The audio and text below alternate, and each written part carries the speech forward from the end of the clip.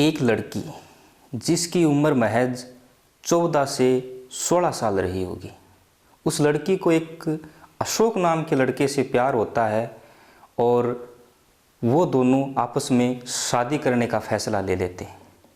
लड़की के दोनों भाइयों को लड़की और लड़के के शादी वाले फैसला नामंजूर होता है और वो पुलिस में जाकर के शिकायत दर्ज करवाते हैं। थाने में पुलिस के दो सिपाहियों के द्वारा लड़की के साथ रेप किया जाता है। मामला सेशन कोर्ट से हाई कोर्ट और हाई कोर्ट से सुप्रीम कोर्ट पहुंचता है।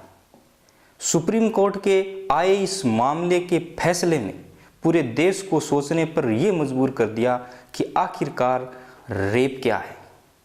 दोस्तों नमस्कार, मेरा नाम है धर्मेंद्र और आप देखना शुरू कर चुके हैं टीवीसी वायरल हिंदी।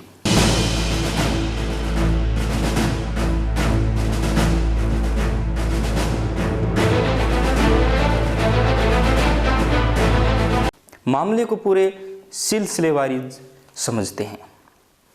एक महाराष्ट्र गढ़चिरौली जिले की लड़की जिसकी उम्र महज 14 से 16 साल रही होगी।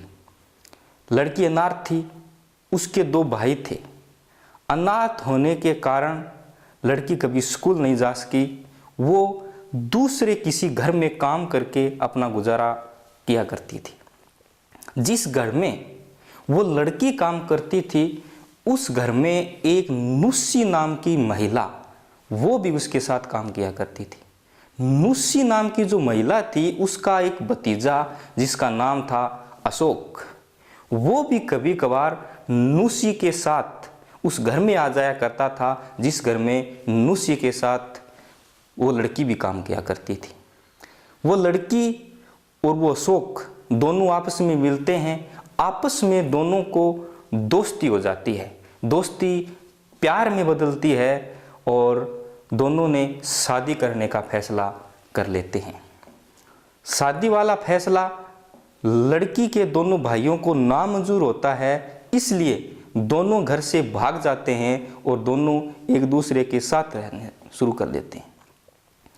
अब समय आया 1972 का।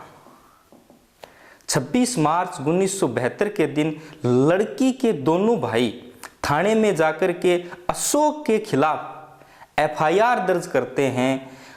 पुलिस के द्वारा अशोक और उसके परिवार वालों को पूछताछ के लिए बुलाया जाता है।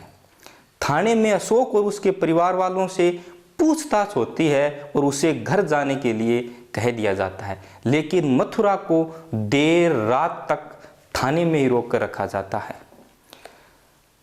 रात के करीबन 10 बजे थाने की तमाम खिड़कियां दरवाजों के साथ साथ थाने की सभी लाइटें भी बुझा दी जाती हैं और मथुरा को वहां पर बंद कमरे में अंधेरे में रखा जाता है।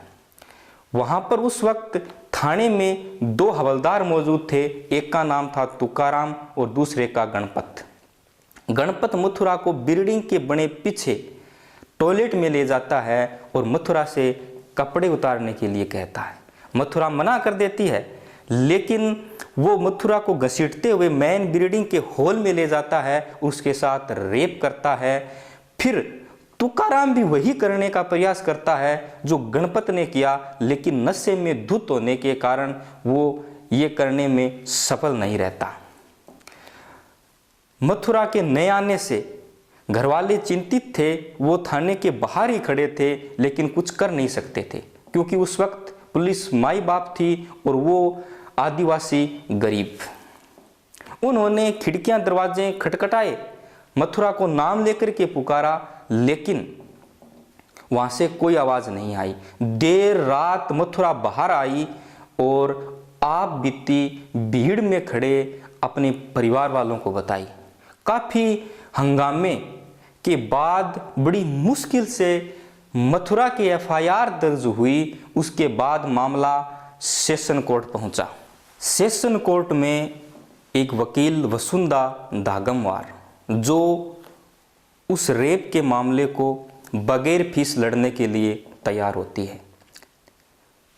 लेकिन सेशन कोर्ट का फैसला आता है कि लड़की वर्जिन नहीं थी, सब कुछ मथुरा के मर्जी से हुआ है। मामला हाईकोर्ट जाता है, महाराष्ट्र की नागपुर बेंच के पास मामला जाता है और फैसला आता है कि लड़की के साथ रेप हुआ है। दोनों आरोपियों को 1 और 5 साल की सज़ा सुना दी जाती है और ये कहा जाता है कि अगर कोई लड़की किसी डर और भय के कारण अपनी आवाज़ दबाए रखे तो इसका मतलब ये नहीं है कि उसने रेप के लिए सहमति दी है। मामला सुप्रीम कोर्ट पहुंचता है। सुप्रीम कोर्ट के आए फैसले ने पूरे देश को चौंका दिया, क्योंकि मामला सुप्रीम कोर्ट के 3 जजों वाली बेंच तक पहुंचा। साल था 1989 का। मथुरा का ये मामला सुप्रीम कोर्ट की उस 3 जजों वाली बेंच के पास पहुंचा, जिसमें जस्टिस सिंह हैं, जस्टिस कैलासम और जस्टिस कौशल की वो बेंच थी। 3 जजों वाली इस बेंच ने अजीबोगरीब फैसला सुनाया। फैसले में 3 तर्क दिए। तर्क नहीं, वो तो पूरे देश को कुतर्क नजर आ रहे थे। पहला तर्क था कि मथुरा के शरीर के ऊपर कोई निशान नहीं थे, यानी मथुरा ने शारीरिक प्रतिरोध नहीं किया। दूसरा, रेप करते वक्त मथुरा ने कोई आवाज़ नहीं दी। और तीसरा था कि मथुरा वर्जिन नहीं थी, कि मथुरा को सेक्स करने की आदत थी। उन्होंने इस घटना से पहले भी कई बार सेक्स किया था। ये फैसला बड़ा अजीबोगरीब था। देश के प्रत्येक नागरिक को ये चौंकाने वाला फैसला था। उसके बाद इस फैसले के खिलाफ तमाम महिला संगठन इस फैसले के विरोध में खड़े हो गए। सुप्रीम कोर्ट के इस फैसले के खिलाफ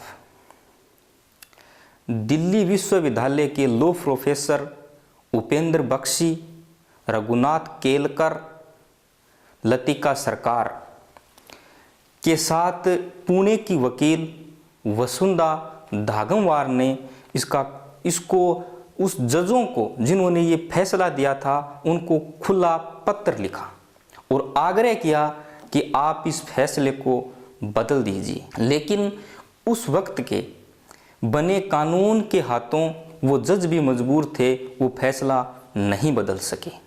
उसके बाद देश के अंदर तमाम महिला संगठनों ने इसका विरोध करना शुरू कर दिया, जिसमें महिला संगठन फोरम अगेंस्ट रेप, जिसका आगे चलकर नाम forum against operation of women यानी FAOW पड़ा, उन्होंने इसका विरोध किया। महिला संगठनों के विरोध के कारण भारतीय सरकार दबाव में आई और उन्होंने IPC यानी इंडियन पेनल कोड, जिसकी धारा 376 में ABCD 4 भाग जोड़े गए, जिसके अंदर यह कहा गया कि अगर किसी सरकारी ऑफिस दफ्तर के अंदर कोई सरकारी कर्मचारी अधिकारी अगर किसी अपने अंडर में आई महिला के साथ अगर कोई बलात्कार करता है, रेप करता है, तो उसकी सज़ा 10 वर्ष से लेकर के उम्र कैद तक की हो सकती है। और एविडेंस एक्ट के जिससे ये कहा गया कि महिला अगर ये कह देती है कि उसके साथ जो रेप हुआ है वो उसकी मर्जी के खिलाफ हुआ है, तो मजिस्ट्रेट या जज को ये मानना पड़ेगा कि वो रेप उस महिला की सहमति के बगैर हुआ है। उसके बाद देश को ये सोचने पे मजबूर किया उस फैसले ने। उसके बाद IPC और एविडेंस एक्ट के अंदर ये तमाम धाराएं उस वक्त जोड़ी गई।